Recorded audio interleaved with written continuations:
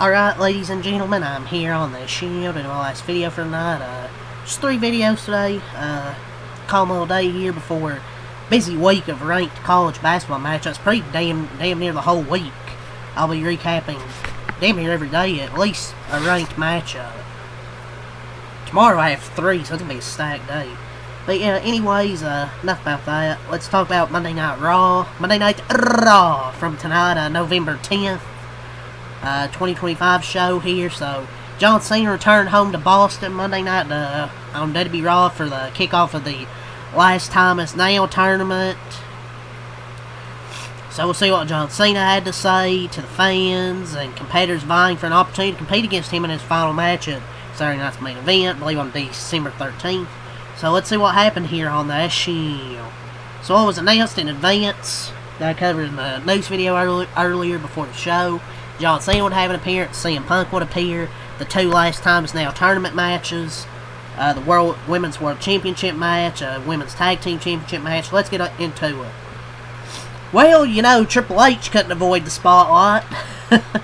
Triple H introduces John Cena. He kicks off Monday night's show with a passionate promo, arguing that Boston's own was the greatest of all time before introducing the man of the hour. John Cena entered the TD Garden to a deafening ovation. You know, Triple H had to be in the spotlight.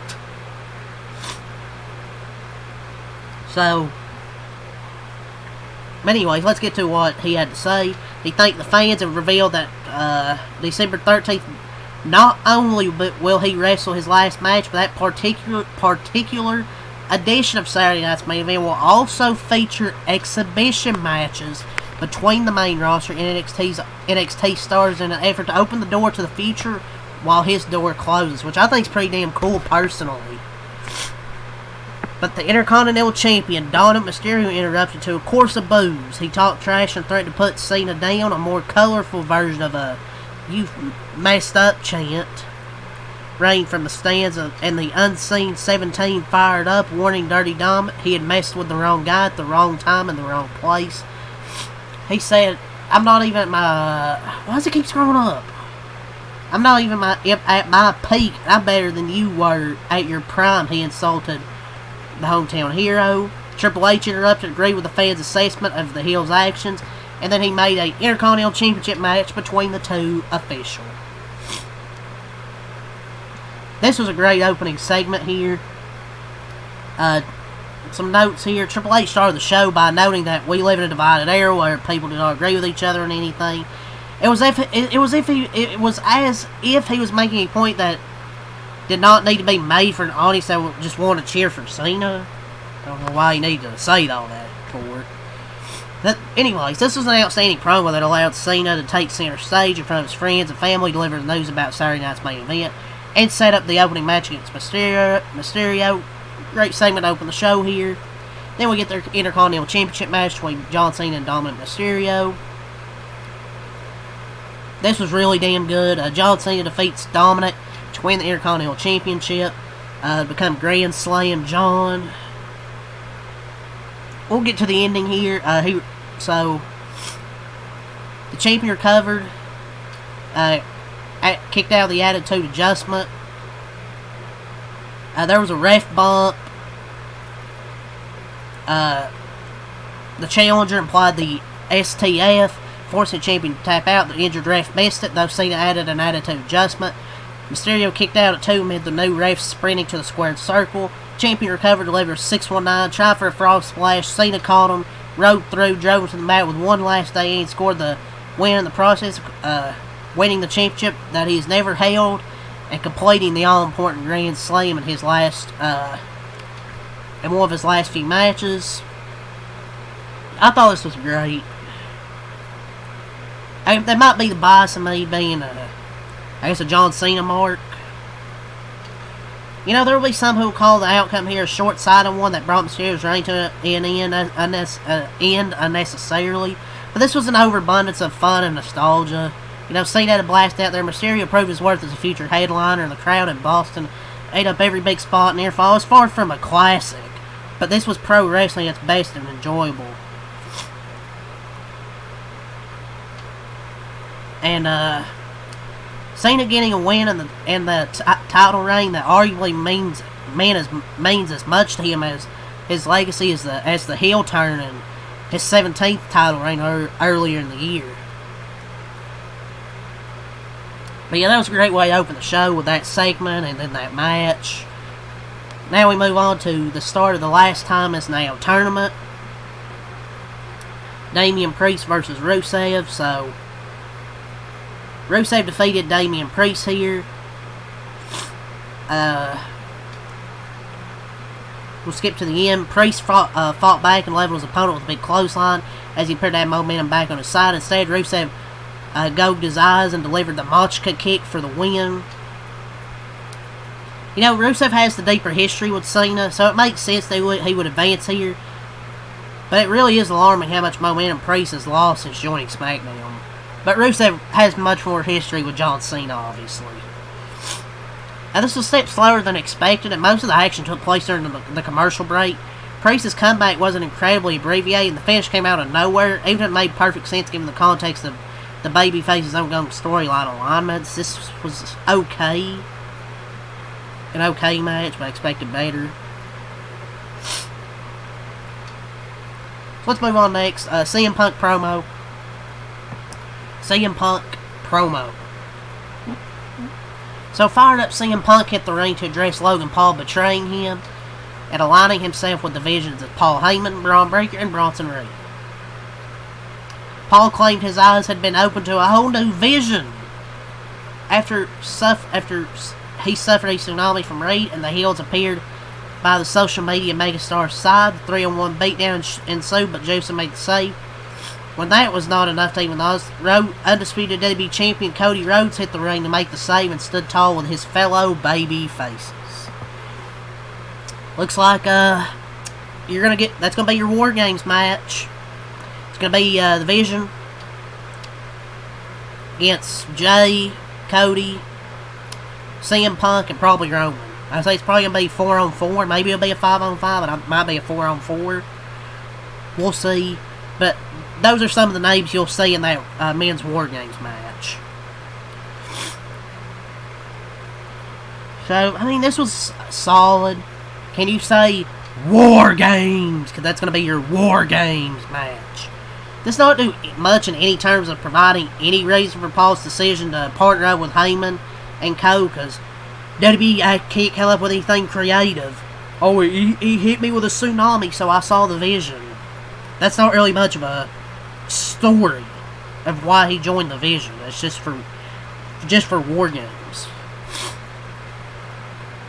But it did bring all essential pieces together. The energy was great, and if I felt we might be en route to finding out who will headline the Survivor Series in the men's War Games match, this is a vast improvement on some going nowhere repetitive promo segments of recent weeks, so we got something. Sammy Vaquer versus Raquel Rodriguez. So 1 week after earning a big tag team victory, Raquel gets a women's championship match. Let's get to the end here. So she delivered the Devil's Kiss, dropped her opponent, delivered the corkscrew moonsault for the pinfall victory and successful title defense. After the match, Perez attacked Vaquer, only for Bell to make the save. Babyfaces cleared the ring, cleared the heels out of the ring embrace. Except moments later, Bella rocked Vaquer with the title, stood tall over her, making her desire to be a champion abundantly clear. So backstage, let's get to the start with this. Adam Pearce made War Games official for Survivor Series, telling Punk, Uso, and Rose to prepare for war, with a little help from Mr. William Regal. But let's talk about this. Solid match with Sammy Vaquer and Raquel. Raquel looked great in this and really highlighted in the way the contest was laid out. She looked like a world beater using her size, strength, and to wear Stephanie down, prove herself as a worthy contender. She's got way better in the ring for sure. There's really the post match segment with Nikki that put it on top. Maybe this could be a high profile champion encounter at some point. Whenever they do it, maybe Survivor Series. I don't know. But I guess Nikki turned heel. I said this. I think I might have said this last week. I just don't care for this, really. I just don't know. I don't care for much for Nikki Bella in the ring in 2025, and I just don't know. Is this really going to help Stephanie's title reign that much? Nikki Bella was always just okay. It was just better what was there then. But we'll see. Maybe I'll be wrong. But also, another thing I want to point out was Nia Jax can barely stand her tank top, and they're going to put her in the War Games again. Highly disappointed how all of that and the ones chosen came about. It just seems nonsensically put together. Lash looked 20 times better than Nia out there. Why are they putting her in the War Games? It's completely forced. The whole War Games thing was fun originally. Now it's just a struggle to try and force it. The men barely warrant one either. I'll get to that in a moment. Sheamus and Shinsuke in the Last Time Is Now tournament. You know, this one was a fun, high-impact match between two pretty good wrestlers, and Sheamus also got the victory. Sheamus is great. Nakamura was motivated. The result was another in a string of fun, quality matches in front of a red-hot crowd tonight. And Javon Evans versus the returning Gunther. That's going to be a banger next week. And Solo Sikoa versus a mystery opponent were announced as the next two Last Time Is Now tournament matchups. So there's two mystery opponents. We'll see who those two will be. And then the main event, the women's tag team title, Charlotte Flair and Alexa versus the Kabuki Warriors. So the Kabuki Warriors defeated Bliss and Flair to win the tag titles. No solid match here. So Asuka countered a natural selection from her opponent and applied her trademark Asuka Lock. Submission was broken, but Flair still ate a big knee to the face, found herself trapped in the corner. Fought out of it, applied the figure eight, and looked to have the win in hand after Bliss delivered Sister Abigail to Saint. Interference from Nia Jax and Lash Legend at ringside, including sending Bliss over the announce table, allowed the Pirate Princess to deliver the insane elbow to Flair for the win and titles. The post-match beatdown by the heels led to the return of Io Sky, then Rhea Ripley, and the challenge from Mommy for War Games at Survivor Series. But the Kabuki Warriors won the tag titles. So a good interject match there at the end, and then you have Rhea and Io returning. So the show was sold on John Cena's homecoming, and as long as that delivered, everything else will be fine. Not only did it deliver, it provided a historic championship win in front of a red-hot audience. Beyond Cena stuff, there was a lot to like about this, man, including the introduction of the War Games matches, quality in-ring action, a hot closing angle. This is a banger show, and actually sense of urgency to it. So I'm going to give it probably an 8 out of 10, to be honest. But as I was talking about, Nia Jax, she could barely even stay in her fucking tank top out there. They're putting her in War Games, like, come on, dude, really? 2 wardrobe malfunctions in a span of 3 days now. Why is Nia Jax even in this match, man? Why? Well, the final 2 members will probably be Becky and AJ Lee, I would say. But why does Nia Jax need to be in this match? Why? Just nepotism at its finest. Like, there's much better women you can put in that match. But Javon Evans and Gunther next week's going to be great. And with Drew McIntyre filming a movie, it looks like Cody's headed for War Games, so we'll see. But the rumors were true. John Cena was going to become the new Intercontinental Champion. The rumors were true. But yeah, that's all I got to say about Monday Night Raw. So leave a like, subscribe for more. Until next time, I'm out. Peace.